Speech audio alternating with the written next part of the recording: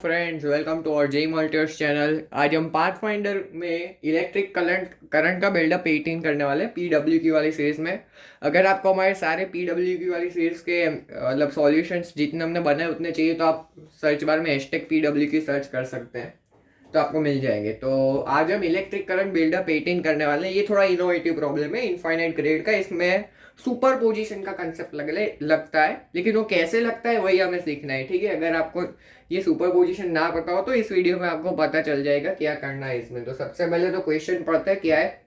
ऐसे एक इनफाइनाइट से ग्रिड दे रखी है। देखो मैंने दो डायग्राम बनाए हैं। देखो पहले डायग्राम में क्या है कि इनफाइनाइट से एक ग्रिड मैंने दिखाई है, ये इनफाइनाइट तक जा रही है, मतलब मैंने थोड़ा ही दिखाया है, ये इनफाइनाइट तक जा रही है।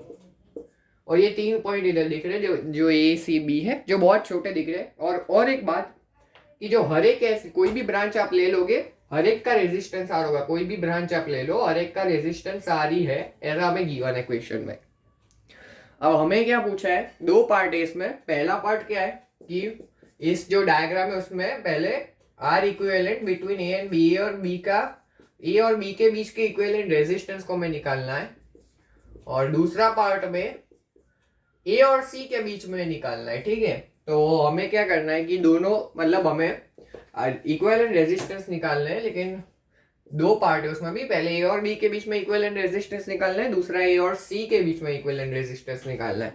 तो सबसे पहले हम ए और बी के बीच में कैसे निकाले वो देखते हैं। तो सबसे पहले तो देखो हमें निकालना है इक्विवेलेंट रेजिस्टेंस। तो मैंने ए और बी के बीच में एक बैटरी कनेक्ट कर दी, जिसका वी वोल्ट मान लिया, कुछ भी मान सकते हैं। इक्विवेलेंट रेजिस्टेंस में कोई फर्क नहीं पड़ने वाला है, क्योंकि वो तो वी तो कट ही जाने वाला है।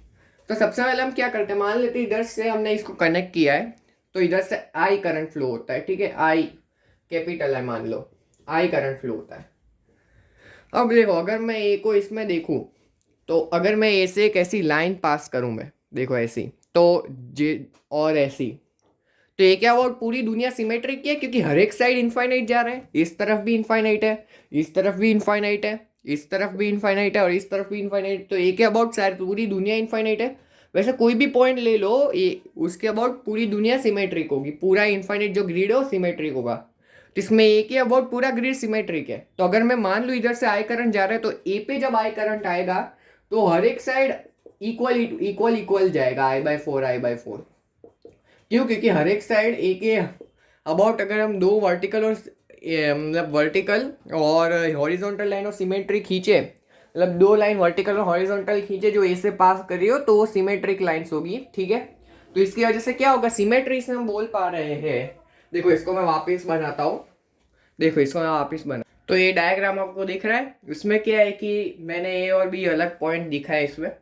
तो अब क्या होगा, देखो इधर करंट ए पे आई आएगा बैटरी से, तो हर एक तरफ इक्वल डिस्ट्रीब्यूट होगा, क्योंकि वो ए के अबाउट पूरी दुनिया सिमेट्रिक है, ए का अबाउट पूरा सिस्टम सिमेट्रिक है। तो हर एक साइड इक्वल इक्वल करंट ही जाएगा। नहीं तो सिमेट्री से हमने बोल दिया, ऑब्वियस सी चीज है, अगर ए के अबाउट पूरी सिस्टम सिमेट्रिक है तो उसके आजू बाजू सेम करंट ही डिस्ट्रीब्यूट होगा ना। तो हर एक साइड, देखो इसको और बड़ा बनाते हैं वरना मजा नहीं आएगा। देखो इसमें क्या होगा, इसमें क्या होगा कि मान लो ये ए है, तो इधर से ए पे अगर आई करंट आ रहा हो, तो अब इसके और पूरी दुनिया सिमेट्रिक है। तो मैंने इनफाइनाइट तक नहीं बनाया, लेकिन इनफाइनाइट तक भी बनाए तो पूरी सिस्टम तो सिमेट्रिक ही लगेगा, क्योंकि इसके साइड मैं लाइन खींचू इससे, तो इस तरफ जितना उसी तरफ इतना है, लेफ्ट साइड जितना उसके उतना ही राइट साइड है, और जितना ऊपर है उतना ही नीचे है। तो ए के अबाउट पूरी सिस्टम सिमेट्रिक है। तो ए से जो आई करंट निकलेगा हर एक साइड इक्वल बटेगा। अब इसमें चार साइड जा सकते हैं करंट, इधर इधर इधर और इधर, ये चार डायरेक्शन में करंट जा सकता है। और मैंने बोला कि वो करंट इक्वल बटने वाले, तो हर एक साइड I/4 करंट जाएगा, हर एक साइड I/4 करंट जाएगा, हर एक ब्रांच में नीचे जाएगा। बाद में वो किस तरह से डिस्ट्रीब्यूट होगा वो हमें नहीं पता, लेकिन अभी, और मान लो पता भी उससे कोई फर्क नहीं पड़ा, हमें बस इतना ही पता हो तो हम इजीली इस क्वेश्चन को सॉल्व कर पाएंगे। अब देखो ए से हर एक साइड I/4 करंट जा रहा है। अब देखो मैं दूसरा डायग्राम बनाता हूँ बी के लिए। तो अब क्या होगा, देखो अब ए से आई करंट निकला, अब ये क्या है, बैटरी से कनेक्टेड है। तो बैटरी में से जितना करंट निकला है वो करंट वापस रिटर्न तो होगा। तो यानी कि जो आई करंट निकला है डिस्ट्रीब्यूट हुआ वापस बी पे लौट के टोटल आई करंट आएगा। अब कौन सी डायरेक्शन से कितना आ रहा है वो अभी हम नहीं देख रहे, लेकिन टोटल आई करंट तो आएगा ना, क्योंकि हर एक साइड मतलब जो आई करंट को अगर लौटना हो तो टोटल आई करंट को बी पे आना होगा। अब बी के लिए भी अब अगर अब मैं इधर लाइन ऑफ सिमेट्री खींचूं तो इस तरफ इनफाइनाइट है, इस तरफ भी इनफाइनाइट है। अब मैं इधर एक लाइन खींचूं तो ऊपर भी इनफाइनाइट है, नीचे भी इनफाइनाइट है। तो बी के अबाउट सब कुछ सिमेट्रिक ही है। अब हम कोई भी पॉइंट इस पे ले ले उसके अबाउट सब सिमेट्रिक ही रहने वाला है, इसलिए कोई प्रॉब्लम ही नहीं है इसमें। ये खास बात है इनफाइनाइट ग्रिड की कि हम कोई भी पॉइंट ले ले उसके अबाउट सिमेट्रिक है। क्यों? क्योंकि वो इनफाइनाइट ही है। जो भाई इनफाइनाइट ही तो सिमेट्रिक ही रहेगा ना। तो अब जब सिमेट्रिक है तो बी पे जो करंट आ रहा होगा वो चारों दिशा से सेम ही आ रहा होगा, हर एक डायरेक्शन से सेम सेम करंट आ रहा होगा और टोटल आई करंट बन रहा होगा। इसलिए मान लो इधर से आई आ रहा हो तो इधर से भी आई आ रहा होगा, इधर से भी आई हो रहा होगा और इधर से भी आई करंट आ रहा होगा। ये आई स्मॉल आई है तो हर एक साइड से सेम करंट आ रहा होगा और टोटल करंट कैपिटल आई है। तो सबका सम क्या होगा? 4i। 4i equal to capital I, तो इधर से आई की वैल्यू क्या है? आई बाई 4, यानी कि हर एक साइड से हर एक डिरेक्शन से आई बाई कैपिटल आई बाई 4 का करंट आ रहा होगा। अब देखो ये कंडीशन ए है, ये मतलब सिचुएशन ए है और ये सिचुएशन बी है, तो इन दोनों को सुपर पोस्ट कर दे, यानी कि सुपर पोस्ट कर रहे हैं यानी कि सिर्फ हम करंट को सुपर पोस्ट करें, बाकी कुछ को सुपर पोस्ट नहीं करें, सिर्फ हम करंट को देख रहे हैं करंट में क्या हो रहा होगा। तो देखो ये अब देखो अगर मैं इन दोनों को सुपर पोस्ट करता हूँ, देखो इन दोनों को सुपर पोस्ट करने पे क्या होगा कि देखो ए से इधर आई बाई 4 करंट आ रहा है और इधर बी पे इधर आई बाई 4 करंट आ रहा है, यानी कि ए से बी ब्रांच में टोटल कितना फ्लो हो रहा है? एक तो ए से निकला आई बाई 4 और बी पे आया आई बाई 4, यानी कि ए और बी के बीच में टोटल कितना करंट फ्लो हो रहा होगा? आई बाई 4 प्लस आई बाई 4, यानी कि आई बाई 2।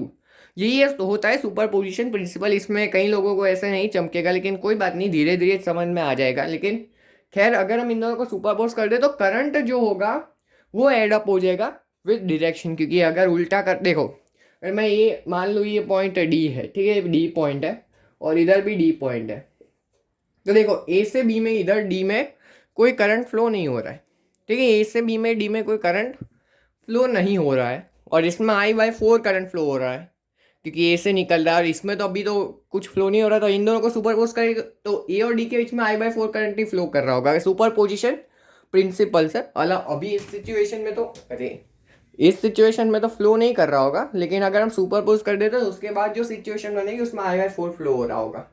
यानी कि अभी तो छोड़ो उसको, लेकिन अब हम ए और बी का बीच का करंट हमें देखना है। क्यों? क्योंकि उससे हम केवीएल लगा के इक्विवेलेंट रेजिस्टेंस निकाल सकते हैं। लेकिन सुपर पोजिशन क्या मैं वापस समझाता हूँ, ठीक है। तो अब देखो ये सिचुएशन ए थी, मतलब ए नहीं मतलब मान लो ये भी तो आ गए, तो सिचुएशन 1 थी और ये सिचुएशन 2 थी। तो इन दोनों में मैंने क्या किया? सुपर पोस्ट कर दिया, मतलब हमने बेसिकली करंट की वैल्यूज को ही सुपर पोस्ट किया है।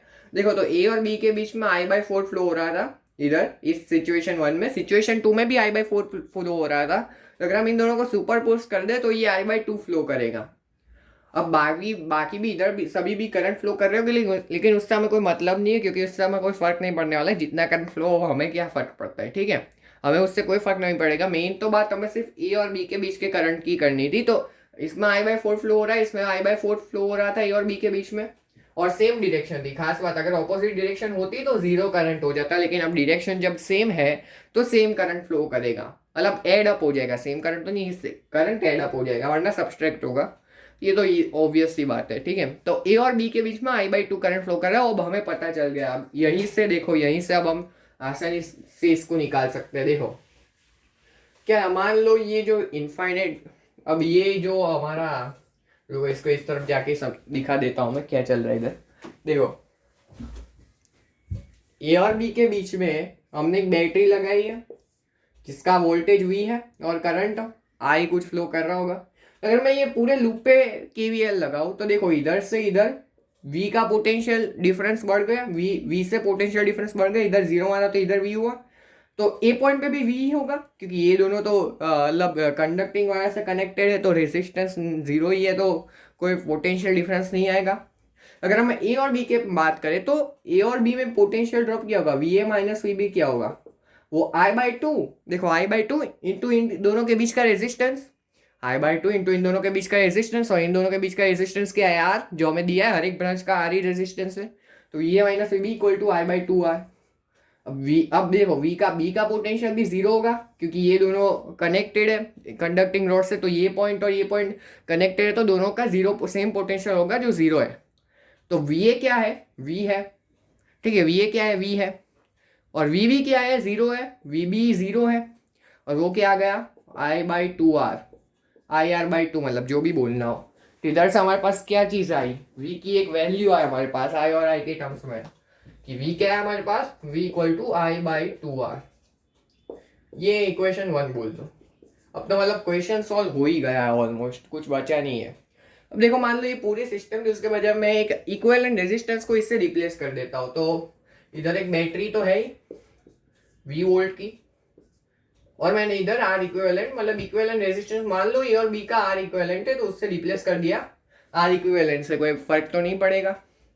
अब इधर से देखो, अब बैटरी में आई करंट फ्लो कर रहा है, बैटरी में तो सेल में तो आई करंट फ्लो कर रहा है, तो अब मैं V A minus V B निकालूं, यानी कि V A minus V B V होगा, देखो ये जीरो है, वी है, ये भी वी होगा, ये भी जीरो होगा, इधर आई फ्लो कर रहा है, तो इधर से भी वी माइनस जीरो क्या आएगा, I into R equivalent, V minus zero क्या है, आई इंटू आर इक्विवेलेंट, और वी क्या है, आई R/2, तो इसको हम रख देते हैं I/2R।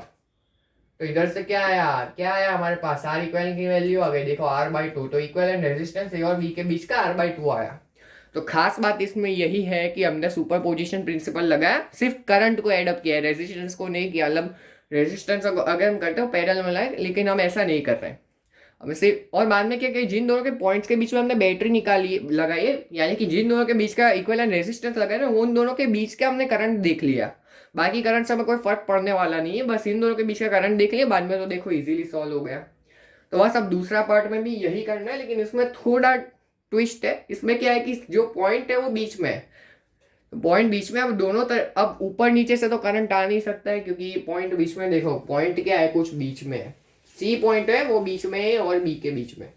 तो अब मैं ए और सी के बीच में अगर मैं इक्विवेलेंट रेजिस्टेंस निकालना चाहूँ, तो अगर मैं इसको मान लो ऐसा डायग्राम बनाऊँ, बड़ा बना रहा हूँ, इससे समझ में जल्दी आएगा। तो मान लो ये ए है, ये बी है और ये सी है। अब मैं इन दोनों के बीच में इस बार बैटरी लगा रहा हूँ, मैं इन दोनों के बीच में बैटरी लगा रहा हूँ, जिसका वोल्टेज मान लो वी डैश मान लो, वरना कोई ये वी और वो वी को सेम कर देगा, जो हमें नहीं करना, तो वी डैश मान लो। अब मान लो इधर से आई डैश करंट फ्लो कर रहा है, अब आई सेम नहीं मानते, अलग मानते हैं, वरना तो फिर कंफ्यूजन कई लोगों के मन में तो क्रिएट हो जाएगी। तो इधर से आई हो रहा है, अब इन दोनों, अब देखो अगर मैं ए से, अब ए से हर एक डायरेक्शन में सेम ही करंट जाएगा, सिमेट्री के वो सेम लॉजिक, तो इधर से I/4 जाएगा, इधर से I/4, नीचे भी I/4 और इस तरफ भी I/4। अब खास बात यह है कि सी में कौन सी तरफ से कितना करंट आएगा, वही हमें देखना है। अगर वो दिख गया तो क्वेश्चन खत्म। तो अगर मैं इधर बनाता हूँ, देखो इसको इधर बनाता हूँ, देखो मैं अगर सी पॉइंट की बात करूँ, अगर मैं बात करूँ सी पॉइंट की, ये ए था, ये सी था, ठीक है। तो अब सी पे भी जो आई करंट निकला था वो आना चाहिए, आई डैश करंट जो निकला था वो सारा आई डैश करंट सी पे आना चाहिए, वरना तो फिर क्या होगा, क्योंकि बैटरी लगाई तो बैटरी में जितना करंट निकला है उतना वापस भी आएगा। अब खास बात इसमें क्या है कि सी में ऊपर नीचे से कोई करंट नहीं आ सकता, क्योंकि सी में सिर्फ दो तरफ ही वायर्स है, ऊपर नीचे। देखो बी में तो क्या था, ऊपर भी वायर था नीचे भी वायर था कनेक्टेड, और लेफ्ट राइट तो थे, इसमें सिर्फ लेफ्ट राइट ही है, ऊपर नीचे से कोई वायर कनेक्टेड ही नहीं है। सी पे कनेक्टेड थोड़ी दिख ही नहीं रहा है, कनेक्टेड ऐसा कोई वायर ऊपर नीचे, तो सिर्फ लेफ्ट राइट में ही है। अब इस लाइन के अबाउट तो ये सिमेट्रिक ही है ना पूरा सिस्टम, क्योंकि दोनों तरफ इनफाइनाइट इनफाइनाइट है, क्योंकि पूरी सिस्टम इनफाइनाइट है, तो दोनों तरफ इनफाइनाइट इनफाइनाइट होगा। तो अब दोनों तरफ जब सिमेट्रिक है तो दोनों तरफ से सेम करंट आ रहा होगा, तब इधर से भी I/2 करंट आ रहा होगा, इधर से भी I/2 करंट आ रहा होगा, क्योंकि टोटल करंट तो हमें आई चाहिए और दोनों तरफ से सेम करंट आ रहा होगा। मतलब सी पे जो करंट आ रहा होगा वो इस तरफ से I/2, इस तरफ से I/2 आ रहा होगा। अब इन दोनों को सुपरपोज कर दो, सिचुएशन 1 और सिचुएशन 2 का, तो उसका भी मैं डायग्राम देखो वापस से बनाता हूँ। देखो डायग्राम थोड़ा छोटा है, लेकिन कोई बात नहीं, समझ में आ जाएगा। देखो अब पहला सिचुएशन 1 क्या थी कि ए से हर एक साइड I/4 करंट जा रहा है हर एक डायरेक्शन में, और सिचुएशन 2 क्या थी कि हर एक साइड से I/2 करंट आ रहा है, यानी लेफ्ट और राइट से I/2 करंट आ रहा है। जब इन दोनों को हम सुपरपोज कर देते हैं तो देखो ए और सी के बीच में कितना करंट होगा, एक तो ये ए और सी के बीच में इधर I/4 है और इधर I/2 है। ये I/2 मत देख लेना, क्योंकि वो ए और सी के बीच में नहीं है, यहाँ पे कोई पॉइंट है बी और सी के बीच का करंट है वो, और हमें सिर्फ जो दो पॉइंट के हमने बीच में हमने बैटरी लगाए हो वो दो पॉइंट्स के बीच का ही हमें करंट देखना है, कि बाकी कोई करंट का हमें कोई काम नहीं लगने वाला, क्योंकि हम जो पिछले बार हमने जैसे KVL लगाया तो उसमें सिर्फ इन दोनों के बीच में ही हम डायरेक्टली लगा पाएंगे ना, बी और सी के बीच में हम फिर कैसे लगाओगे आप? तो बी और सी का बीच में करंट ही मत देखो, उससे कोई फर्क ही नहीं पड़ रहा। तो ए और सी के बीच में करंट कितना फ्लो कर रहा होगा, I/4 प्लस I/2। और इधर फिर भी मैंने इधर I/2 दिखा दिया, किसी कन्फ्यूजन ना हो। लेकिन अब जब हम ए और सी के बीच में देख रहे हैं तो हमें ए और सी के बीच में देखना पड़ेगा करंट कितना है। तो वो क्या आएगा, I/2 प्लस I/4, जो कि है 3I/4। यानी कि अगर मैं ए और सी के बीच की बात करूँ, अब इसको मैं मिटा देता हूँ, अब मैं ए और सी के बीच की बात करता हूँ मैं। अब हमारा क्वेश्चन इस तरह से अब डायरेक्टली सॉल्व होने ही वाला है, जो पिछली बार हुआ था वैसे ही। अब ए और सी के बीच में देखो, मैं बाकी अब कुछ बना नहीं रहा, मैं ए और सी पॉइंट अब सिर्फ दिखा रहा हूँ, बाकी बनाने में बहुत टाइम जा रहा है। देखो इधर 3I/4 करंट फ्लो कर रहा होगा और इधर वोल्टेज V लग रहा होगा। बाकी पूरी सिस्टम है वो मैंने दिखाई नहीं है, लेकिन मान लो सिस्टम में क्या जाता है। अब और एक खास बात, इधर एक B पॉइंट भी है, तो ए और बी पूरे का रेजिस्टेंस, ए और बी के बीच के पूरे का रेजिस्टेंस आर था। हर एक ब्रांच का रेजिस्टेंस आर होता है। ए और बी एक ब्रांच है, तो ए और बी के बीच का रेजिस्टेंस आर है। तो अगर मैं ए और सी का पूछूं कितना रेजिस्टेंस होगा, तो कितना होगा ए और सी के बीच में, कितना रेजिस्टेंस होगा ए और सी के बीच में? तो वो आधा ही हो जाएगा, क्योंकि रेजिस्टेंस लेंथ की प्रोपोर्शनल होता है। वो आपने ρl बाई ए फॉर्मूला पढ़ी होगी। देखो इनफाइनाइट है पूरा सिस्टम, वो मैंने डॉटेड लाइन से दिखा दिया। लेकिन ए और सी के बीच का जो रेजिस्टेंस होगा वो R/2 होगा, ना कि R होगा। ये भी खास बात है समझने वाली। तो अगर मैं इधर से KVL लगाऊं तो V minus 3I/4 into RAC, यानी कि R ए और सी का बीच का रेजिस्टेंस जो है R/2 वो 0 है। तो इधर से V की वैल्यू क्या आई, 3IR/8। V की वैल्यू 3IR, रुको ये I डैश था, R डैश था, वो समझ लेना। नहीं R डैश नहीं, ये तो R ही था और ये V डैश था, ये तो समझ लेना। ठीक है, ये समझ लेना कि V डैश जो है हमारे पास क्या आया, 3I डैश R/8। और अगर मैं बात करूं, अब मैं इसको पूरे सिस्टम को मैं एक इक्विवेलेंट रेजिस्टेंस R इक्विवेलेंट से, एक R इक्विवेलेंट डैश से रिप्लेस कर देता हूं। तो इधर V है और इधर R इक्विवेलेंट डैश है, ऐसे लगाया है।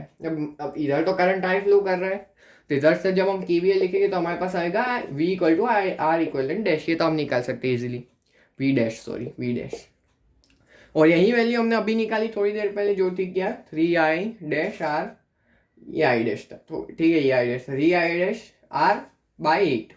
तो I डैश गया, तो R इक्वलेंट डैश की क्या वैल्यू आई, 3R/8। यानी कि ए और सी के बीच का इक्विवेलेंट रेजिस्टेंस ये पूरी सिस्टम में क्या है, 3R/8 है।